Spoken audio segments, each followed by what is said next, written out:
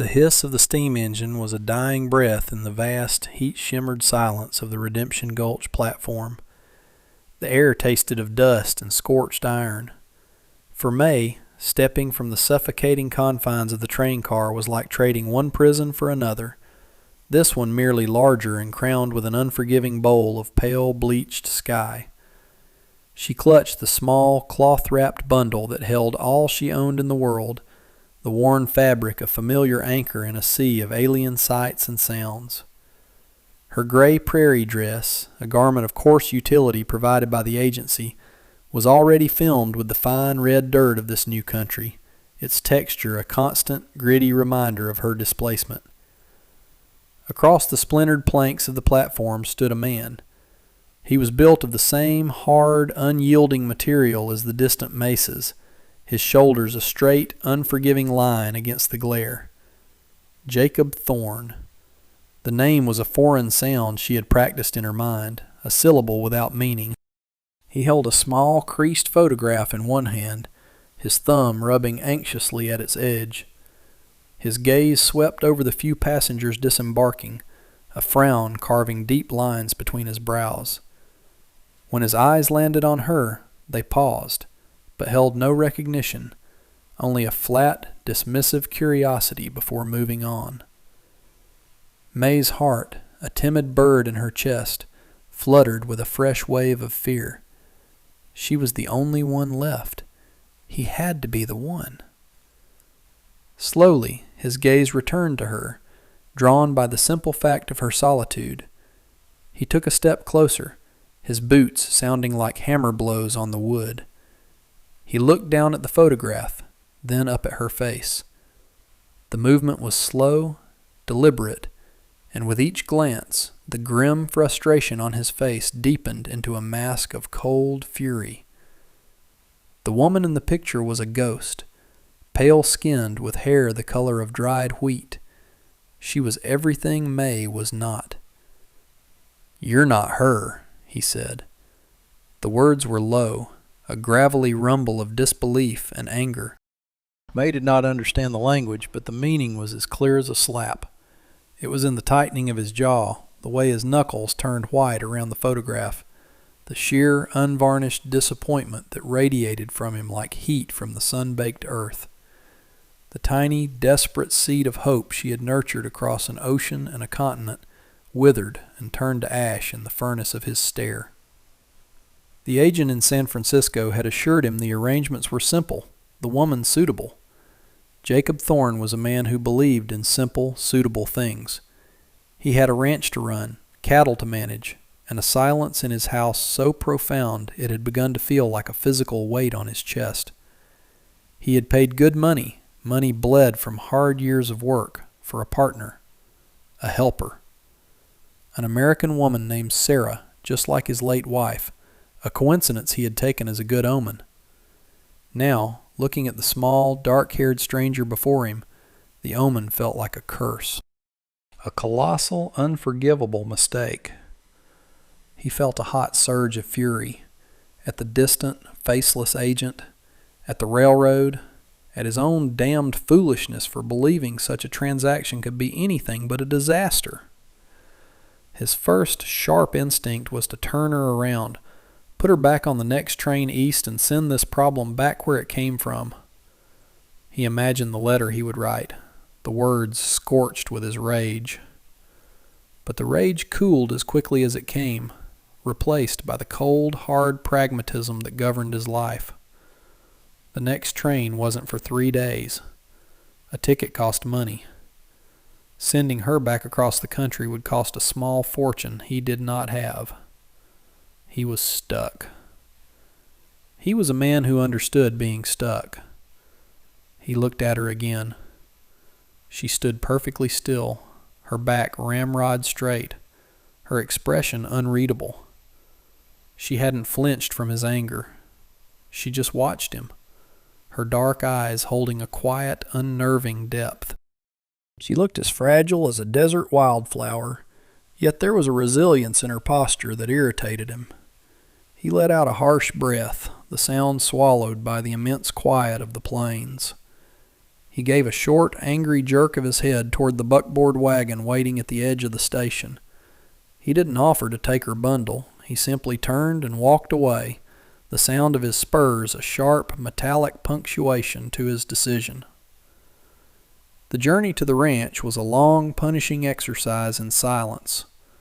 The wagon wheels churned up clouds of red dust that coated everything. The landscape was a brutal testament to survival.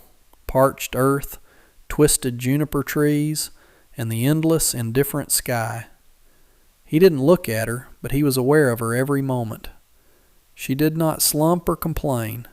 She sat on the hard bench, her hands folded in her lap, her gaze fixed on the horizon, taking in the harsh beauty of the land that was now her cage. The Thorn Ranch was not a home. It was a fortress against loneliness and failure. The main house was solid, built of thick timber that had long since been bleached gray by the sun, its windows like vacant eyes staring out at the unforgiving expanse. A barn, several corrals, and a blacksmith shed stood as stark, functional monuments to a life of relentless labor. Near the porch, a patch of earth was enclosed by a low, broken fence, a ghost of a garden, its soil cracked and overrun with withered weeds, a testament to a hope that had died long ago. An older man, his face a road map of sun and wind, emerged from the barn as they pulled up.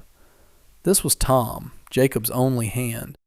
His eyes, narrowed against the glare, took in May with undisguised skepticism, his gaze lingering on her foreign features before flicking to Jacob, a silent question in his look. "This is the arrangement," Jacob said, his voice flat and devoid of emotion as he swung down from the wagon. "Put her things in the spare room." The words hung in the air, blunt and dismissive. Tom grunted in response, his expression unchanging. May followed him into the house. The air inside was cool and smelled of dust, old wood, and something faintly bitter, like stale coffee. The spare room was just off the kitchen, a space so small it was little more than a closet. A narrow cot was pushed against one wall, a thin, patched quilt folded neatly at its foot. A single small window, filmed with grime, looked out onto the dead garden. Tom set her bundle on the floor without a word and left, closing the door behind him, the latch clicking shut with an air of finality. She was alone. The silence in the house was a living thing, broken only by the groan of floorboards as Jacob moved in the main room and the distant, mournful call of a hawk. She ran a hand over the rough-hewn wall, the splinters catching on her skin. This was it. This was the safety she had been promised, the new life for which she had traded everything she had ever known. She sat on the edge of the cot, the straw-filled mattress rustling beneath her, and listened to the alien sounds of the plains, her past a gallery of ghosts, and her future a terrifying empty canvas. Jacob rose before the sun, a ritual carved into him by years of solitude and the unceasing demands of the land. Grief was a poor sleeping companion. Work was a better one. He moved through the dark, quiet house, his mind already on the day's checklist. A loose fence post in the north pasture, a sick calf, the unending battle against the sun and the dust. He fully expected to find the girl. He couldn't bring himself to think of her as anything else, still asleep, a helpless, decorative burden he would have to carry. He pushed open the kitchen door and stopped. She was already there, a slim silhouette against the pale gray light of the window. She had found the well pump and hauled a bucket of water, its surface shivering in the lamplight. Now she was hunched over the great cast-iron stove, her small hands struggling with the flint and steel, trying to coax a flame to life. A curl of smoke puffed out, followed by a frustrated sigh, but she did not give up. She reset the kindling and tried again. Jacob watched from the shadows of the doorway, a strange mixture of irritation and grudging respect stirring within him. Her persistence was a silent rebuke to his assumptions of her fragility. He'd seen pioneer women, born and bred to this life, give up with fewer setbacks. He finally stepped into the room, his boots heavy on the floorboards. She startled, her head snapping up, her eyes wide in the dim light. He strode past her without a word, took the flint and steel, and with 3 practiced strikes had a small flame licking at the tinder. He opened the flue, the fire catching with a satisfying roar. He didn't look at her as he straightened up and moved towards the door. He expected she would ruin the bacon or burn the coffee. He half hoped she would, just to confirm his initial judgment. Instead, the smell that eventually drew him back to the kitchen was of passable coffee and properly cooked food. She had laid out a simple, serviceable breakfast from the meager supplies she'd found. It wasn't how he liked it, but it was sustenance. He ate in silence, acutely aware of her standing by the sink, not eating, just waiting. After he was done, he set her to work. He gave her the most thankless tasks, scrubbing floors that would be dusty again by noon, mending his torn work shirts with fingers that were surprisingly nimble, and finally, he pointed a finger at the skeletal garden. "Weeds," he said, the single word a harsh command. He expected tears, or at least a look of despair. There was nothing. She simply nodded and went to work, pulling the stubborn, sun-baked weeds from the cracked earth from sun-up to sundown. Her silent, tireless presence began to fill the empty spaces of his house, a constant, quiet hum that he found both deeply unsettling and, to his own secret shame, strangely comforting. The dead garden became May's sanctuary. It was a square of forgotten earth, a plot of land so thoroughly defeated by the sun and neglect that even the weeds seemed to struggle. For Jacob and Tom, it was an eyesore, a reminder of past failures. For May, it was the only piece of this vast, intimidating world where she could impose her own will. In the slivers of time she had for herself, after the floors were scrubbed and the mending was done, she would go to that patch of dirt. Her hands, soft from a life she no longer had, became calloused and raw as she pulled at the thorny, deep-rooted weeds and broke up the concrete-hard soil with a rusty trowel she found in the shed. Tom watched her from a distance, leaning against a corral fence, his expression a mixture of pity and disbelief. He'd seen Jacob's wife, Sarah, try to make something of that same patch. She'd watered it, prayed over it, and cried when nothing but spindly, pathetic stalks came up before withering in the July heat. One afternoon he ambled over, spitting a stream of tobacco juice near her feet. "Nothing's grown there since the missus passed," he said, his voice not unkind. "Soil's sour. Jacob, he says it's cursed." It was the most anyone had said to her in weeks. May paused, looking up at his weathered face. She didn't understand all the words, misses, cursed, but she understood the weight of his warning, the history of failure he was trying to convey. She gave him a small, polite nod and returned to her work, her determination unwavering. She was not Sarah. She was not from this place. Perhaps that was an advantage. In the back of the pantry, tucked away behind dusty jars of preserves, she found an old, forgotten tin. Inside were a handful of shriveled seeds. She had no idea what they were, but they were a chance. She planted them carefully in the newly turned earth, creating small, neat rows. Every evening, she hauled buckets of water from the well, giving each potential plant a precious, measured drink. Jacob never acknowledged her efforts. He would walk past the garden on his way to and from the barn, his gaze straight ahead, as if the patch of land and the woman tending it were both invisible. But May persisted. Then, one morning, as the sun's first rays touched the plains, she saw it. A single, tiny, miraculous spear of green pushing its way through the dark soil. It was impossibly small, fragile enough that a harsh wind could snap it. But it was there. It was life. A small, fierce victory against the dust and the silence and the despair. It was the first root she had managed to put down in this hostile ground. Jacob saw the green shoot. He had been seeing her, a small, stubborn figure in a gray dress, toiling in that graveyard of a garden every evening. He'd said nothing, offered no encouragement, certain it was a fool's errand. He remembered Sarah's tears over that same patch of earth, the way she'd finally turned her back on it, declaring it a place where hope went to die. He had agreed with her. The soil was wrong, the sun too brutal. Yet this foreign girl, with her silence and her relentless effort, was slowly, painstakingly proving him wrong. The sight of that tiny green leaf filled him with a complex, unwelcome emotion he couldn't name. It was a quiet accusation against his own cynicism. One sweltering afternoon, the big roan, Caesar, threw a shoe in the west pasture. Tom was in town for supplies, not due back until the next day. Cursing his luck, Jacob led the horse to the smithy, the heat from the forge already shimmering in the small dark space. It was a two-man job, wrestling the heavy hoof and shaping the hot iron. As he struggled to hold the horse steady while reaching for the hammer, a shadow fell over the doorway. It was May.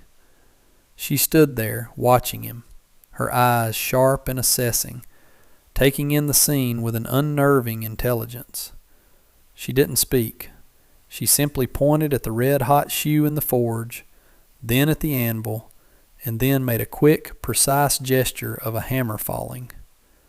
He almost laughed. The idea was absurd. He grunted, a dismissive sound, and turned back to his work. But her gaze did not waver. It was steady, patient, expectant. With a sigh of profound irritation, he gave a curt nod. What did he have to lose? To his utter astonishment, she moved with a quiet, practiced confidence. She knew how to work the bellows, to bring the coals to the perfect temperature, her movements economical and sure. She held the tongs with a steady hand, turning the glowing metal as he hammered it into shape. The shared work, the rhythmic clang of the hammer, the intense heat, and the necessary proximity created a strange, unspoken partnership. They moved together, anticipating each other's needs without a word. When the shoe was finally fitted and cooled, he straightened up, wiping sweat from his brow with the back of a grimy hand. He looked at her, truly looked at her, for the first time not as a mistake or a chore, but as a puzzle. "Where did you learn that?" he asked, the words rough from disuse. She met his gaze, and he saw a flicker of understanding. She held up her own small, soot-stained hands. "Father," she said. The single English word was soft, yet it landed with the weight of a revelation. It was the first piece of her past she had ever offered. In that moment, she ceased to be an anonymous burden and became a person, someone with a history that had shaped her into the impossibly competent woman standing before him. The sky had been a searing, cloudless blue all day, but as dusk began to settle, a bruised purple stain spread across the western horizon. A summer storm on the plains was not a gentle affair. It was a sudden, violent assault. The wind rose with a low moan that quickly escalated into a shrieking howl, carrying with it the first stinging pellets of rain. Jacob and Tom were already on horseback, racing against the darkening sky to drive a small group of spooked cattle from the low-lying creek bed before it flooded. "Stay inside! Bolt the door!" Jacob had yelled at May over the rising wind, his words nearly snatched away before they reached her. She was alone in the house, which had begun to groan and shudder under the storm's fury. The wind tore at the building, seeking any weakness. It found one. A shutter on a second-story window, its latch rusted through, broke loose. It began to bang against the side of the house with violent, rhythmic crashes that echoed like cannon fire. May's heart pounded in time with the impacts. She knew that window was in the small room where Jacob stored the winter provisions, Sacks of flour, sugar, and dried beans. If the glass shattered, the driving rain would ruin everything. There was no time to wait, no one else to act. Her mind, sharpened by a life that had always demanded immediate solutions to immediate problems, raced. She found the heavy work ladder in the barn, her slight frame straining against its weight as she dragged it through the mud and leaned it against the house. The wind tried to tear her from the rungs as she climbed, her wet dress whipping around her legs, the rain plastering her hair to her face. She fought her way to the top, her fingers numb and clumsy as she struggled to catch the flailing shutter. Just as she managed to grab hold of it, a horse thundered into the yard. Jacob, soaked and wild-eyed, had returned. "May!" It was a raw shout, her name torn from his throat by a fear he hadn't known he was capable of feeling. He was off his horse and at the base of the ladder in an instant, climbing up behind her. For a moment they were pressed together on the precarious ladder, battling the storm as one. His large, steadying hand covered hers as they wrestled the shutter back into place and secured it with a piece of rope he pulled from his belt. In the chaotic swirl of wind and water, their eyes met. In his, she saw not anger or annoyance, but a raw, stark astonishment. He was seeing her, finally and fully. They climbed down, drenched and shivering, and stumbled into the kitchen. The silence that fell between them was a different kind of silence now. It was not empty or hostile, but charged with the weight of what had just passed. A new, unspoken understanding that had been forged in the heart of the storm. A week later, a smart black buggy, a starkly out-of-place symbol of Eastern civility, rolled into the yard, pulled by a handsome bay. Driving it was a man in a crisp suit, his face soft and smug. Jacob recognized him instantly. It was Mr. Henderson, the agent from the matrimonial company in Denver. And sitting beside him, looking about the stark, dusty ranch with an expression of profound disappointment, was a pale, blonde woman. It was the woman from the photograph. Jacob's heart dropped into his boots. He felt a cold dread creep over him as Henderson climbed down, brushing dust from his trousers with a proprietary air. "Mister?" "Thorne," he began, his voice smooth and condescending. "My sincerest apologies. It seems there was a most unfortunate clerical error with the shipping manifests, a mix-up at the San Francisco depot." He gestured vaguely towards the house where May had appeared in the doorway, her face pale. "We've come to rectify the situation. We'll take the product back, and there will be no extra charge for your trouble." The word product struck Jacob like a physical blow. He watched as the blonde woman, whose name Henderson announced was Annabelle, assessed his home with a critical, dismissive gaze. This was her. This was the woman he had paid for, the proper American wife he thought he needed to fill the silence. He looked at her soft, complaining face and manicured hands and tried to picture her in his life. He saw her wilting in the summer heat, her voice a constant litany of grievances against the dust, the solitude, the unending work. He saw his life not filled, but simply burdened in a new and more exhausting way. Then his gaze shifted to May. She was standing by the door, her back straight, her hands clenched into small, white-knuckled fists at her sides. Her face was a stoic mask, but he could see the tremor of fear in the line of her jaw. He saw the woman who had faced his cold fury with quiet dignity, the woman who had coaxed life from cursed earth, the woman who had climbed a ladder in a raging storm to save his home. The choice should have been simple. It was the choice he had already paid for. But looking from one woman to the other, he realized it was the hardest choice of his life. The past he had ordered versus the future that had arrived by mistake.